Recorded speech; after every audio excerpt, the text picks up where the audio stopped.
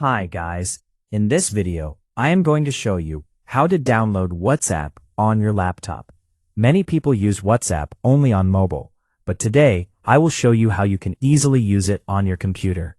So let's get started.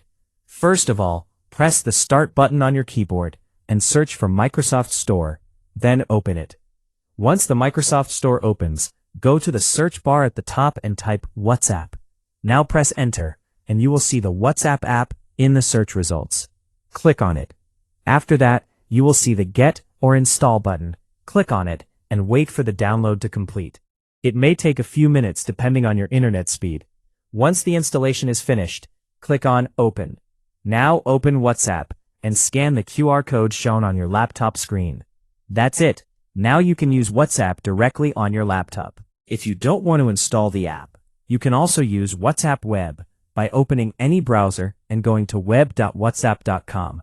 Log in the same way with the QR code and you're ready to go. That's how you can download and use WhatsApp on your laptop easily.